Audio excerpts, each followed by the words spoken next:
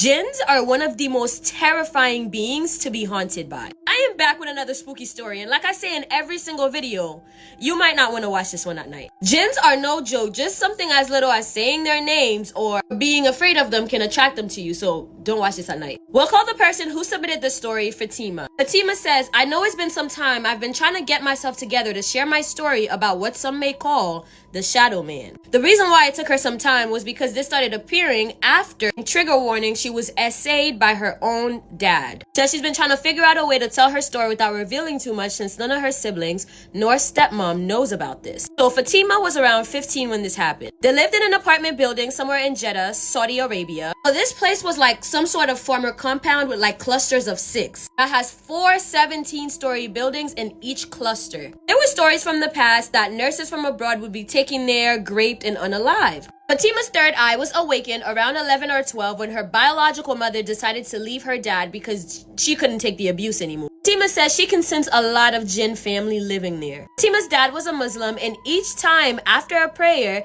he would be preaching about Islamic topics. So often she can sense Jinns sitting behind her. There were times that their energy was so strong that she would get teary eyes from discomfort and fear. It got to a point where she grew to get used to it. Like in the master bedroom, she would often see a little white silhouette of a kid running towards her. Or on days where she is by herself, she would hear sounds that she knows are not her siblings. She would tell them, the Jinn, to leave her alone, which these white silhouettes did. Said there were even times when their antique television would just turn on and off by itself with the volume on max of white noise. There is this one particular black shadow figure that Fatima always sees by the glass door that is between where they sleep. So imagine one of those old doors that has a window. Her siblings would always joke by putting their faces on there. It's a foggy type glass, so you may not be able to see the face, but you can tell when someone is standing behind it. There would be times where they would leave the light on outside for the youngest because she was afraid of the dark, so she would see through the glass this dark shadow,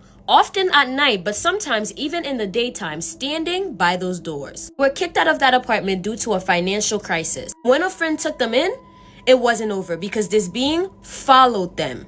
Fatima says the assaults used to happen in the apartment for months before their stepmom stepped in and came back for them. Muslims are allowed to marry more than one wife at a time. Yeah, while they were in this neighborhood, one night, she woke up while everyone was asleep. Near her feet, she saw a male figure sitting and watching her. He had some sort of hooded top on, covering his head. Fatima says that she wasn't scared at the time. Fatima wasn't scared at the time because she was numb from the trauma that she had nobody to share with. Her escape was listening to Hybrid Theory of LP to keep her sane and alive. This male figure kept appearing at night, and due to loneliness, Fatima told him that she needed a companion, just telepathically. Then on, he kept following her, even when she goes outside. At one point, she called him her suitor. One day, her and her stepmom had an argument which she can't really remember what it was about, but she cried that night. Yes, her stepmom was the sweetest person ever. She was just having a breakdown due to the oppressed emotions. The next day, after the incident of her crying at night, dad told her that he woke up in the middle of the night, almost like a startle, and found a dark figure on top of stepmom and was about to hit her in the tummy. Instinctively, her dad grabbed this being, threw him towards the boxes that were in the room. Her dad was a hoarder and he loved collecting oil perfume. And the next morning, they found bags of perfume on the floor, broken. Fatima was in the middle of drawing this suitor, and her dad recognized the drawing right away and said that was who he saw that night. He was aware of her gifts since Fatima had opened up to her dad when she was like 8 or 9 about her premonitions. Her grandfather on her dad's side was a shaman in their villa in Liberia, and her mom's father was a healer in the Philippines. So she got to inherit the combo of both sides. When she learned that this suitor tried to hurt her stepmom, she got upset. Said she could still remember it as day. It was around noontime when she felt his presence while she was sitting in the living room. She told him that she appreciates him being there for her. However, trying to hurt her family was unacceptable. She asked him to leave, and the moment she said this, when she asked him to leave, the lights in that living room were flickering like that in a horror movie. Many years later, when they came to the Philippines for studies, her mental health was declining due to her father's abuse. Ever since she had the guts to say no to his SA, started the mental and emotional abuse as the narcissist he was. was the scapegoat and black sheep in his eyes. This being came to visit her twice. The first sketch she made of him she left in Saudi. She was able to sketch a new one in 2016. She said the second and last time that she felt the presence of this suitor, she somehow took out an uncompleted drawing of his and saw a pair of eyes behind him.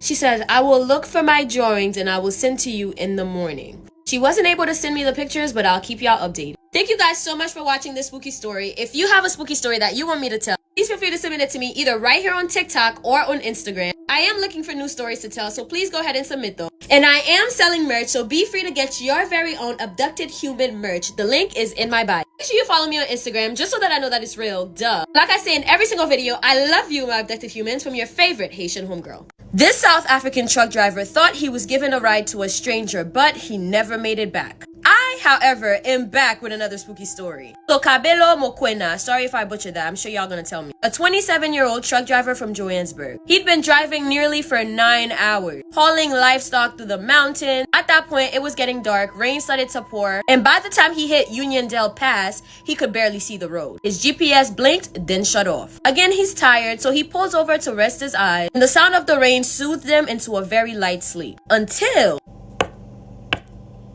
3 slow taps on the driver's window. So Cabello jolted awake and then he looked and froze. A woman was standing outside, soaked, long black hair, white dress, no expression. She whispered, "Please, I need a ride home." Even though his gut said not to open that door, he felt compelled to open it anyway. And she climbs in the car, cold as ice, didn't say a word and just stared straight ahead. So he turns to her and he's like, "Okay, where to?" The lady sitting in the car says nothing. No response. So he's like, "Okay," and he just decides to drive anyway. Maybe she'll say something when he gets somewhere familiar. However, as he drove, the car began to smell. Wet leaves, rotting flowers, and then so he glances over and her eyes are now pitch black. And she smiled. This dark and mysterious lady in the car finally spoke up, saying, "You threw me away," she said, just like the others did. So Cabello slammed the brakes. The truck screeches to a sudden stop, and he looked to the side, and she was gone. Shorty vanished. It was just an empty, soaked seat with water dripping onto the floor. And this has to be the most terrifying part. So he looks in the mirror, and there she was, crawling towards him from the back of the car. "I'm in the back of the car with your daddy," and you twerking. Sorry. Somehow she winded up behind the car and she is crawling towards him. And then she gets to him and finally says, "You stopped for me," she whispered. "Now I stop for you." The engine died, all the lights are off, and he finds himself in the dark. Cabello tried to scream, but it seems like no sound was coming out of his mouth. It doesn't end there because 3 days later, his truck was found abandoned. Livestock, untouched. Engine, perfect condition. Cabello, gone. And in the passenger seat, there was a single funeral program for a girl named Elmarie Potgieter. She died on that road in 1968, and it is rumored that she still hitchhikes there. And once you stop, she never lets you go.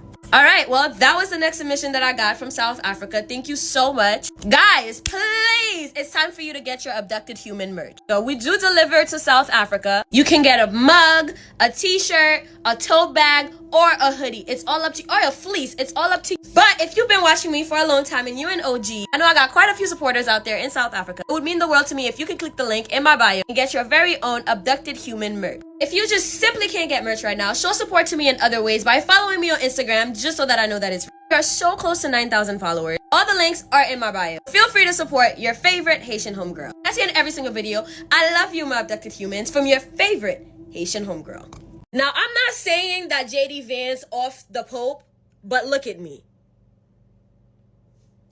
Okay, so you're telling me on Easter Sunday, on the day that God's son Jesus de Nazareth has risen, the devil himself, JD Vance, walks into the Pope's church for a meeting. This has to be the biggest paradox like ever. And I think it was just like hours, like 4 hours after the Pope met JD Vance, he's gone to go tell the Lord in person about the bullshit that is going on earth right now. Wasn't JD Vance like arguing with the Pope before this on Twitter? Because the Pope didn't support Trump's administration's views specifically on immigration and mass deportation. And JD Vance, who by the way just became a Christian in 2019, feels like he knows more than the Pope. And he genuinely believes that, you know, mass deportation and religion goes hand in hand. He called them a disgrace. Hold on, I found an article. Mind you, the Pope had been recovering from double pneumonia. Sorry. The Pope and Vatican officials have criticized several of the policies of President Donald Trump's administration, including his plans to deport millions of migrants from the U.S. and his widespread cuts to foreign aid and domestic welfare programs. Did y'all even get to see the footage of J.D. Vance meeting the Pope? Like, it just felt awkward to watch. And I'm like, but what is like actually happening here? And then just like that, literally hours later, the Pope has gone to meet the Lord. If this doesn't prove to you that JD Vance is evil, I don't know what does. But in all seriousness, rest in peace to the Pope. She was only 6 years old when she saw a Tokoloshe, and it never left her alone after that. I am back with another spooky story. We're gonna call the person who submitted the story Nandi. So Nandi grew up in a house with her parents and her 5 siblings. She said they didn't know back then, but her dad's family practiced dark magic. The real kind, black magic, demons, deals made in blood. Nandi was always terrified of that house. Even as a kid, she never wanted to be alone. And one night when she was 6 years old, she saw something. A Tokoloshe. It pushed its hand through the wall, pulled out a doll, then looked right at Nandi and said, "Get in the cupboard." Nandi couldn't move. She was lying in bed, frozen. It was only 7:30 p.m. Then it crawled out of the cupboard and came straight towards Nandi. She wanted to scream, but nothing came out. By some miracle, her sister walked in and Nandi just broke down crying. But for days, she could not even speak. And from that moment on, Nandi started seeing things every single day. Nandi said what she didn't know back then was her dad wanted her to join the family's dark lineage. So now years pass. She's 12 years old now. One night, her and her sister started hearing growls. Shadows moved across their room, so the girls got scared and ran out to their brother's room. They decided that they were just gonna sleep in there, as their brother's room was right across from theirs. As Nandi crossed the hall, she saw a huge black dog. It charged at her, she screams, and it jumps on her. And when her siblings ran out to see what was going on, the dog was gone. It disappeared. And there Nandi was, just lying on the floor, shaking and crying. Later that night, she told her sister that she was hearing voices. Only it wasn't Nandi's voice. It was a deep, rumbling voice inside of her head. And it said, "Blood of blood, you are mine now. We own you." And what happened next, and excuse my French, was absolutely fucking insane. We'll be dropping part 2 as soon as this video hits 10K. So you better comment and share, leave a comment, because it is only up to you how soon you'll get to part 2. So after Nandi tells her sister that she is hearing these voices in her head, and no, they weren't her own voices, it was this deep rumbling voice, and it said to her, "Blood of blood, you are mine now. We own you." The possession and the deal. A few days later, the growling came back and the girls ran to the boys' room again. But this time, something tried to take Nandi. She started floating. Her body lifted off the ground toward the ceiling. And from there, she completely blacks out. Next thing she remembers, she woke up in a mosque. Her older brother then ran to her to catch her up on what happened. He said they saw Nandi levitating, floating toward the roof. The brother ran, called their parents. The mom ran in, saw what she saw, and just started praying. Her brother ran in the middle of the night, mind you, to go find an imam. When the priest arrived, y'all, Nandi started talking. But it wasn't Nandi's voice. It was his, the Tokoloshe's. And he said, "She is mine by blood, given to me for marriage." I'm gonna repeat that one more time so y'all can catch what I'm catching. She is mine by blood, given to me for marriage. Interesting. The imam asked, "Who are you? Who are you?" Sorry. And it answered. It said, "A jinn. She was promised to me before she was born. She was promised to me before she was born. So from there, they started the Rukiya. Sorry if I butchered that. The Rukiya, the exorcism. So from there, her mom turned to her dad and said, "Save her, or I'll tell the world what our family actually is." From there, Nandi's dad agreed to make a deal, and it was a pretty good deal. The jinn left her and went into her father. Well, he went mad, lost his mind completely. Doctors say it's dementia. But after that night, his entire family went radio silent. They never visited again and haven't spoken to him in over 20 years. Wow, what a story. Thank you so much for submitting this story. This story was submitted to me actually so long ago. This story was literally submitted to me October 2nd. If you have a spooky story that you want me to tell, please feel free to submit it to me either right here on TikTok or on Instagram. If you have not already, I'm trying to get to 10K. There's 200,000 of y'all in here. Please make sure you follow me on Instagram just so that I know that it's real. Duh. Rebecca_journey. The link can also be found in my bio, where you will also find merch. So if you haven't already copped your very own abducted human merch, shirts, mugs, cups, hoodies, blankets, anything you need, the link is in my TikTok bio. As I say in every single video, I love you, my abducted humans, from your favorite Haitian homegirl. Okay, so update on going to St. Lucia Carnival this summer. So I got my flight, yes. So it is actually official. I will be in St. Lucia from July 21st to the 30th. And I'm so excited to come. In the last 2 videos that I made, the overwhelming amount of response that I got, I have more than 200 supporters in St. Lucia. That's crazy. Safu. I just feel like I'm just the bitch from Brooklyn and y'all just turned up for me. And I have some good news in this video. From the last video that I made, I was asking y'all, what are the best blends? I was asking y'all, what are the best bands to jump with in Lucia? And boy, did y'all give me every freaking band that existed out there. And I was just looking at all the costumes like a kid in a candy store. And again, in my video, all I had asked for was just one frontline costume and of course, entry to Juve. So I had hit up Legends, which I low-key feel like they played with me. So I sent a pitch to them and I tagged them on Instagram and they pretty much ignored me. I was like, all right, well, not Legend. Okay. So then Fusion, my #1 pick was Zuvo.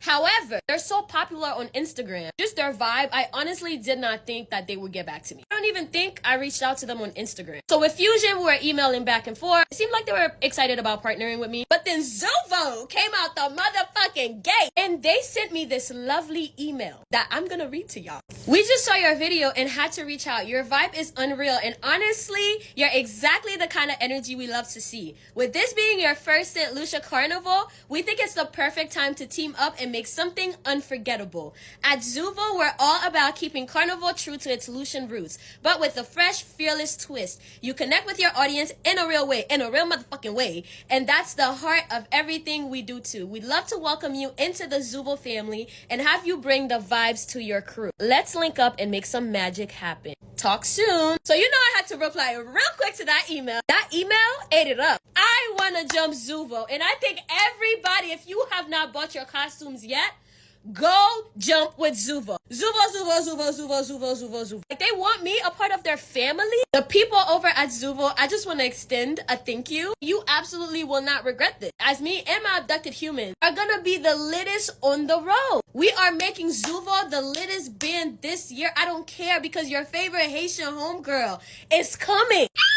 Going to Lucia. So then we need to discuss our meet and greet, because a lot of y'all were saying that y'all wanted to meet and greet me, and we can definitely make that happen. If you're gonna be in St. Lucia Carnival, let me know who you're jumping with in the comment section. I'm jumping with Zuvo, and I hope I see y'all in my section whenever I pick a section. Anyway, I love you, my St. Lucians, from your favorite Haitian homegirl. Haiti is not the only place that has lugawus and shapeshifters. I am back with another spooky story. This one is The Witch of Batesbridge, a true story. We're gonna call the person who submitted the story Palisa. This is a spooky story that her friend told her. She said after hearing it, you'll understand why her friend left Zimbabwe for good. Her friend is originally from Zimbabwe in a place called Batesbridge. I'm sorry if I butcher that. It's a small village where every family had all kinds of livestock. Cows, goats, you name it. Now, this is important. Now, when homegirl was younger, strange things started happening. Goats began disappearing. Every night after herding the goats and locking them up, the next morning, one would always be missing. At first, people thought it was just thieves. The homegirl dad and some men from the village decided, let's stick it out.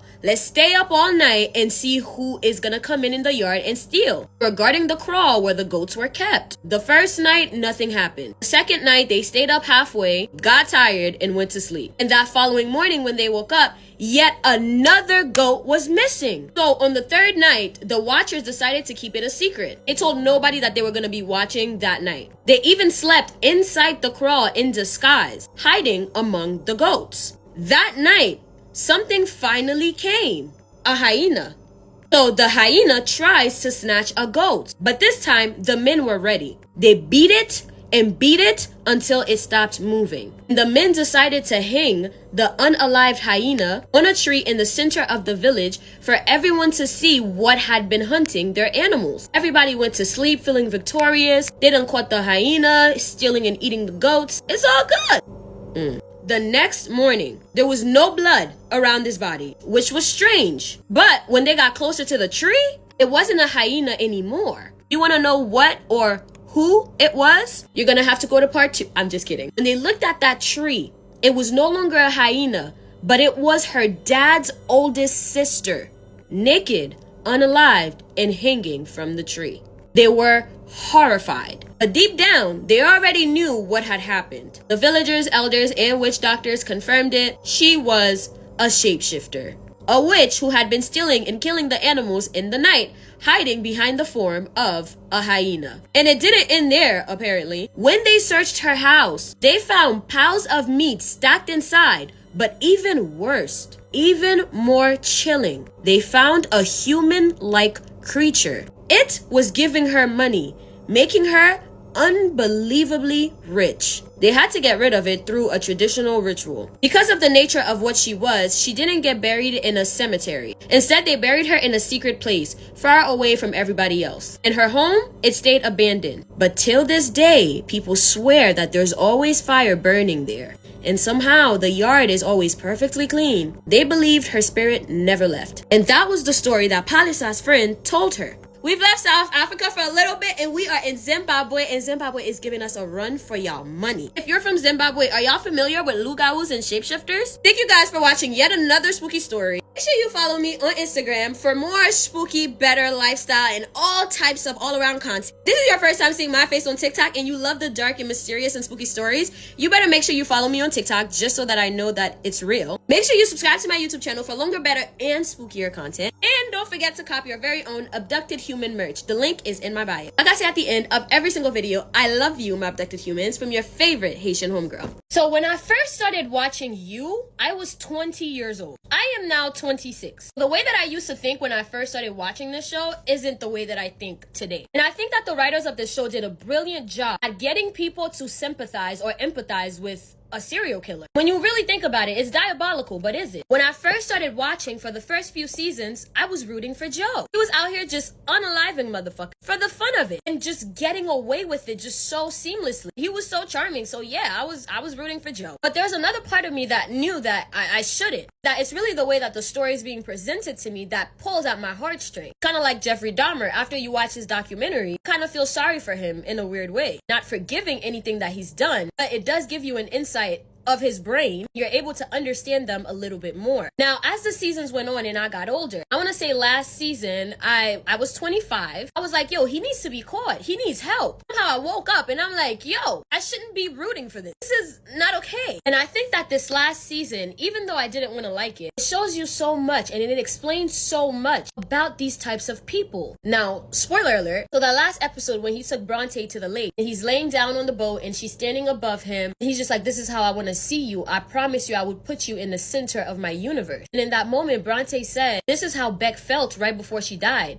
She felt absolutely amazing. She felt ecstasy because everybody wants to be loved. Even her knowing her fate Bronte, that is. It still felt so good to be this seen and to be this loved. And then they ran off the boat and he ran after her and caught her and they kissed and it was beautiful and romantic. Even the viewers at home felt it. Bronte said something else. She told him that you are weaponizing love. And oh my God, did I feel that. I knew someone like Joe, except he just wasn't a serial killer. This man was literally just a friend. And I tell you, this man made me feel so seen, so safe, so cared for, so loved. He showed me this level of acceptance and love that I swear I've never experienced before in my life. I never felt so seen. Now that's another story time for another day. But the first time me and him fell out, I realized that I was experiencing the exact opposite of love. And I was heartbroken. And again, that was just a friend. We didn't speak for 2 weeks. I was anxious for 2 weeks. To be on the receiving end of their rejection is wow. This man, as far as I knew, loved me. It's crazy because I met so many other girls that he was with and they all had the same perspective of him. He's so charismatic. There wasn't a single girl that hooked up with him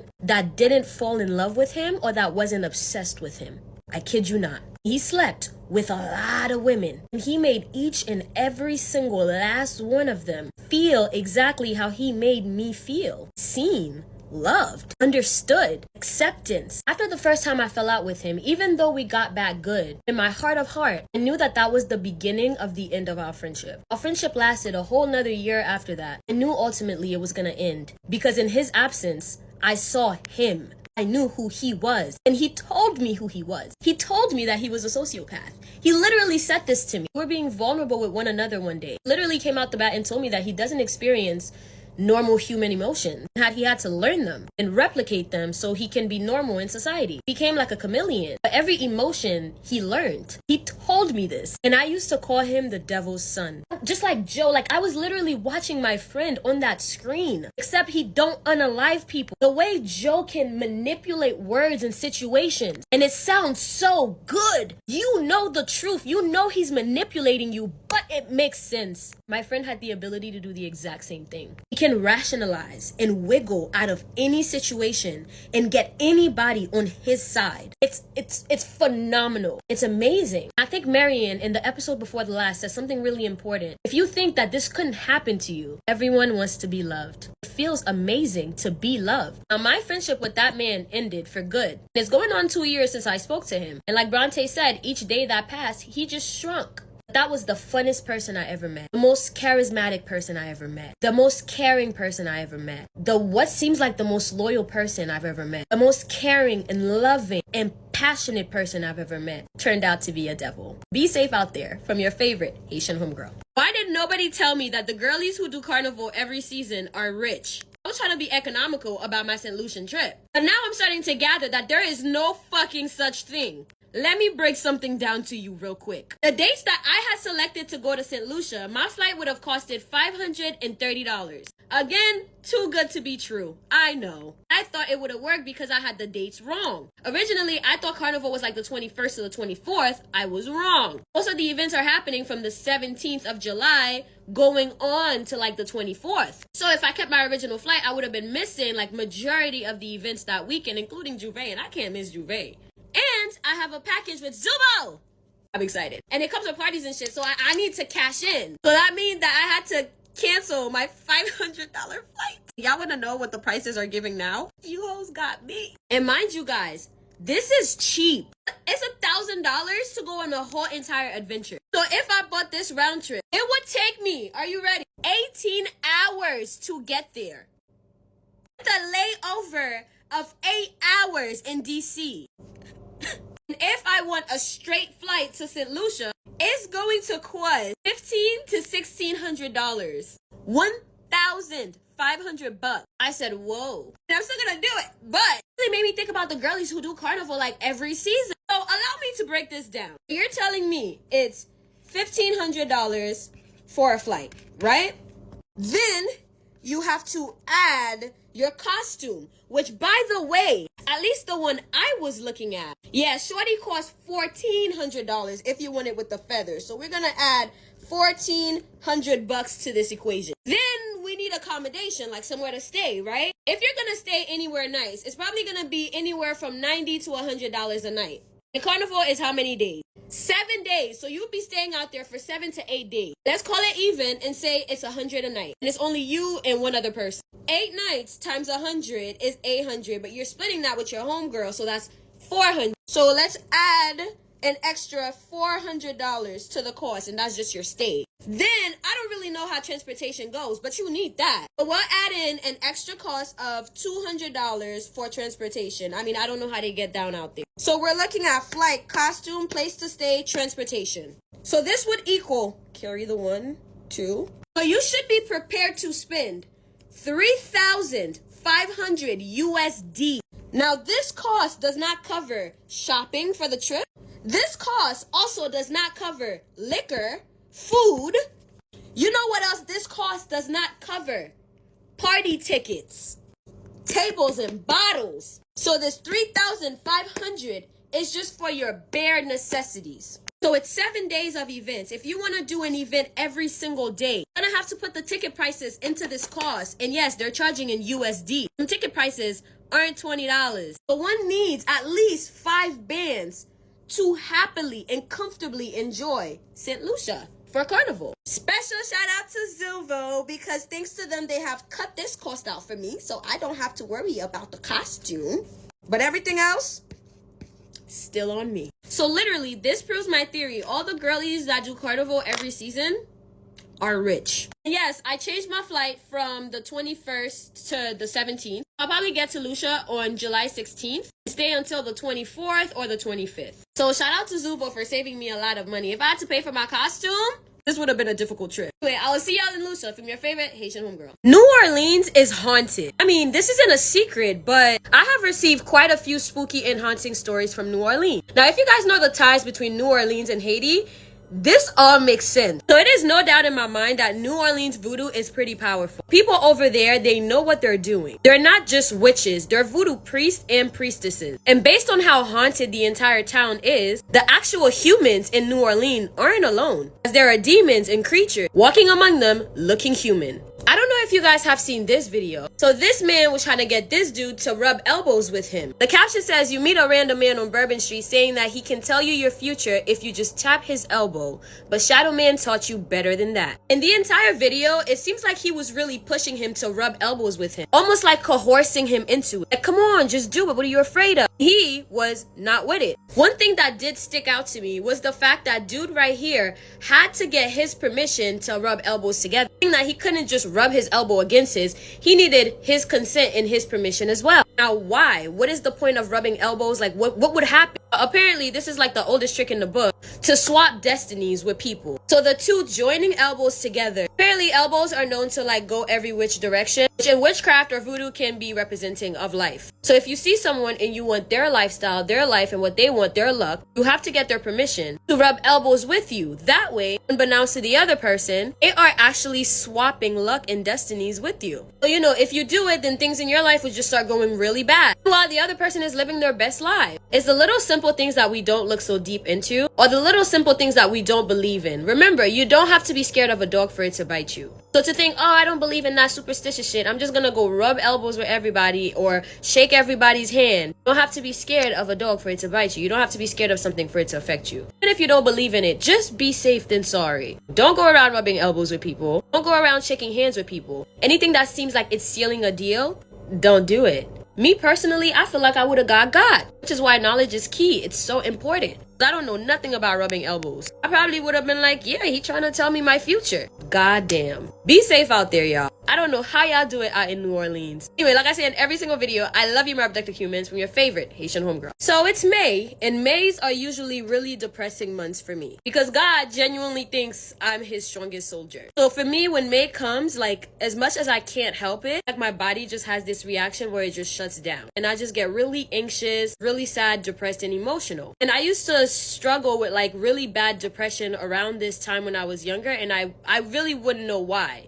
Until someone pointed out to me, hey, you know, because around this time you lost your mom. And I lost my mom a long time ago. And some days I feel like it shouldn't still hurt. Or the fact that it's 2025, she passed in 2010, and sometimes it feels like she passed yesterday. I don't want to feel like this at all. The anxiousness, the anxiety, the sadness, being overly emotional, try my best to cheer myself up. Every morning when I wake up, I try my best to cheer myself up. But ultimately, I think sometimes what makes it worse or freaks me out the most is the days that I'm not able to cheer up myself. And usually I can. It's just like really admitting and knowing that something is wrong. And I think that I also just feel so alone, but it just makes it hard. And the reason why I hate May is because my mother's birthday is in May. So her birthday is May 8th. Mother's Day is usually in May. It used to be my favorite thing to do was get my mom gifts when I was younger for Mother's Day. But that's in the same month. And then her death date is also in May. So her birthday the 8th, Mother's Day the 11th, and her death day the 19th. It's not my month, you know? Because it's like ever since she passed, Mother's Day has always been hard for me, to say the least. I don't know what I'm gonna do this month, and I am dreading it because I didn't sleep all night last night. It's like when May comes, anxiety follows right after. I had a terrible night, can't sleep, so much on my mind. I'm still determined to not have a horrible month. I don't know if you guys have any advice, please. Yeah. Anyway, like I say in every single video, I love you, my abducted humans, from your favorite Haitian homegirl. If you live in the New York City area, I need your attention. There is a dangerous man on the loose. One of my mutuals' Instagram rejected him and he beat the fuck out her. And I wish I could show y'all what he did to this girl or for rejecting him, but this video will be taken down. And let me show you guys what my mutual posted. On May 1st, 2025, I was physically assaulted by the man in the photo below. After rejecting his unwanted advances, I was at what I thought was a safe space, a friend's home, when he began grabbing and pulling at me. When I defended myself and tried to leave, he followed me onto the elevator, threatened me, and then attacked me. I was left with a black eye, 4 stitches, and a fractured nose. The man is 6'7" and about 200 pounds. I am still in disbelief that someone could do this and walk away without any consequences. To make it worse, the person who invited me there lied to authorities and left me bleeding on the floor instead of helping. I was taken to the hospital alone. I never imagined having to post something like this, but as a black woman, silence is too often working against us. We are rarely believed, protected, or given justice without fighting for it ourselves. I don't know this man's name. That is the only thing standing between me and real accountability. If you recognize him, no matter how small the detail, please DM me. Again, before I show these pictures, trigger warning. I cannot show the picture of the face busted. He literally busted her face. I can't show that on here because that's too graphic and this video will get taken down. But what I can show you guys, but I need you guys to understand that all of this is the girl's blood on the floor. Protect black women. All for saying no to a man. This was the stitches that she had to get, and as you guys can see, this girl has a black eye. And this is the guy. This is him. Please take a screenshot. If you know him, hit him up. Bro, this is serious. Either you go into hiding or go to the police yourself. This is the man. He beat that girl bloody, all because she didn't want him. And whoever the fuck that friend is, jail too. You see a woman bleeding and the authorities show up and you don't want to give up your boy? This breaks my heart so much. Because as a woman, I've been in so many different situations where I felt unsafe by men. And this is why women say, we picked the bear. The fucking bear. And the sensitive ones want us to say not all men. Majority of women have been victimized solely by men. So if I'm saying men, you should already know the type of man you are. When I was in 7th and 8th grade, I used to get followed home by men. When I was in the 8th grade walking home, I got cornered and almost got kidnapped by a man. And I had to run into moving traffic and run for my life from a man. This happened to me living in Canarsie by men more than once. I had a man have a full-blown photo shoot of me on the train when I was 15. And when I stood up for myself on this train cart full of black people, no one said anything, including the black man that was sitting right next to me with his daughter. He watched me, 15-year-old me, go against this grown-ass man who was taking pictures of me on the train, and his flash was going off. No one stepped in and said anything for me. No one defended me or protected me. I'm making this video because I need you guys to be aware. And this man has 11,000 followers on Instagram. That's more followers than a regular person. If you're a woman and you continue to be around this man, it's giving pick me. This is his Instagram, Shine God 5 whatever, and this is the page. This is who y'all have beef with now. 200 pounds, 6'7", beating on women, leaving them like this, all for saying no to him. I don't know, internet. You make up that information, which you will. This one is The Walking Dead from South Africa. Our favorite Haitian homegirl is back with another spooky story. We're gonna call the person who submitted the story Bato. When Bato was about 12 years old, her aunt told her something that still scares her till this day. It's about a woman she once knew.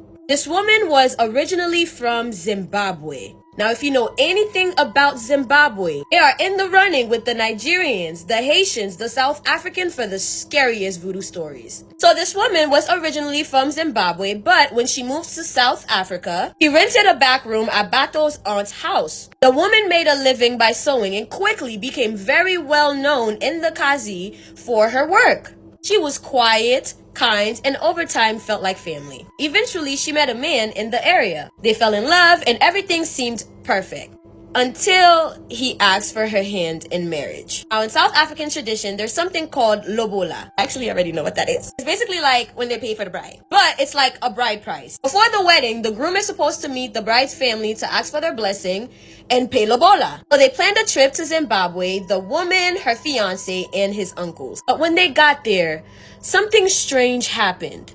So as soon as they arrived, the woman told them that she needed to make a run to the shop. She told them go ahead to her family home and explain why they're there. And she'll come back from the store shortly and she'll meet with them. So they went, they knocked, and introduced themselves. The moment that they mentioned her name, the woman who ran to the shop, her family froze. Then they said, "We're sorry, but that's not possible. She died 15 years ago."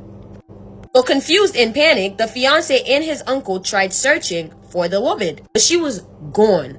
It's like she vanished into thin air. So later, her family, who had no idea that her spirit hadn't been at rest, performed a traditional ritual to find out what happened. That's when it came out. Their neighbor, a man long suspected of witchcraft, had stolen her spirit after death, chained it, and forced her to work for him spiritually. That's why she became so successful in South Africa, but never seemed to actually progress. Her soul wasn't free. Luckily, the ritual worked and they were finally able to help her spirit cross over. And when the man and his uncles returned to Bato's aunt's house, every trace of this woman was gone. Her sewing machine, gone. Her clothes, gone. Everything, gone. It was like she was never even there at all. And that was pretty much the end of that story. This one is actually pretty scary. If you have a spooky story that you want me to tell, please feel free to DM it to me right here on TikTok or on Instagram. My DMs are open for y'all. And while you're there about to follow me on Instagram, because the link is on top of my page, go ahead and follow me on Instagram just so that I know that it's real. Duh. We are real close to 10,000 followers, so make sure you follow me. Rebecca_Journey, please. Your favorite Haitian homegirl. If you're not already, what are you doing? And subscribe to my YouTube channel for longer, better, and spookier stories. If you are an OG here, do you remember Lakukai Job, which is the house/yard of demons that I grew up in? I'm officially starting my new series on my YouTube page, so you better get on over there and follow me on YouTube. We are so close to 50,000 subscribers. Lastly, I have merch. The link is in my bio. Cop your very own abducted human merch now. And we do international shipping. Like I say in every single video, I love you, my abducted humans. I'm your favorite Haitian homegirl.